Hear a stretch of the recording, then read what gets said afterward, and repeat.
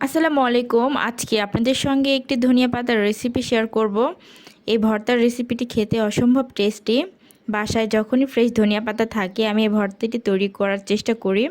আশা করছি আপনাদের কাছেও রেসিপিটি ভালো লাগবে। তাহলে চলুন ভর্তাটা বানিয়ে নেওয়া যাক। আমি এখানে ফ্রেশ ধনিয়া পাতা নিয়েছি, ছোট ছোট করে কাটার প্রয়োজন নেই, আমি ভালো করে বেছে কেটে ধুয়ে নিয়েছি। এবার একটি প্যান নিয়ে নিলাম, এখানে আমি সরিষার তেল দিয়ে দিচ্ছি। অবশ্যই সরিষার তেলটা দেওয়ার চেষ্টা করবেন, এতে টেস্টটা অনেক বেড়ে যায়। আমি এখানে রসুন দিয়ে দিলাম, পেঁয়াজ দিয়ে দিলাম।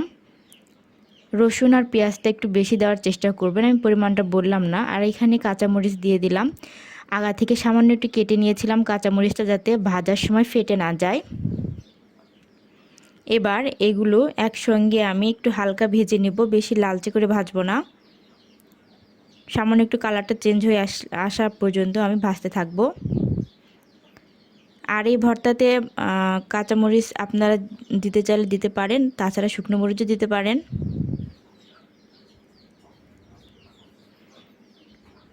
এবার একটু আমি ভেজে নিচ্ছি। ঠিক এভাবে আমি ভেজে নিব। এবার ভাজা হয়ে গেলে আমি এগুলো উঠিয়ে নেব।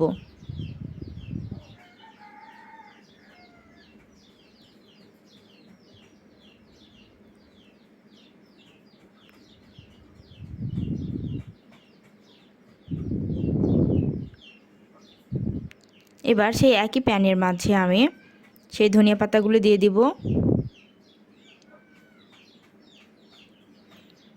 লবণটা কিন্তু আগের থেকে দিয়ে দিবেন না, লবণটা কারণ পাতাগুলো সেদ্ধ হয়ে অল্প হয়ে আসে, তো এই জন্য লবণটা পরে দিতে হবে।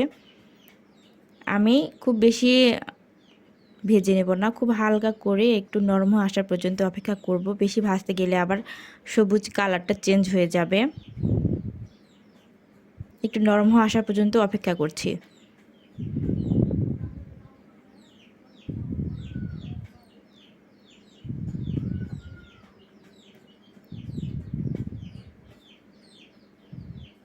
একটু নরম হয়ে চলে এসেছে, এ পর্যায়ে আমি উঠিয়ে নিব।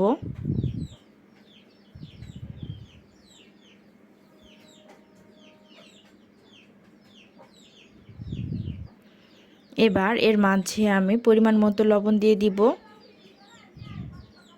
আর সবগুলো একসঙ্গে বেটে নেব। আপনারা কিন্তু চাইলে মিক্সিতেও করে নিতে পারেন, আবার শিলপাটাতেও করে নিতে পারেন।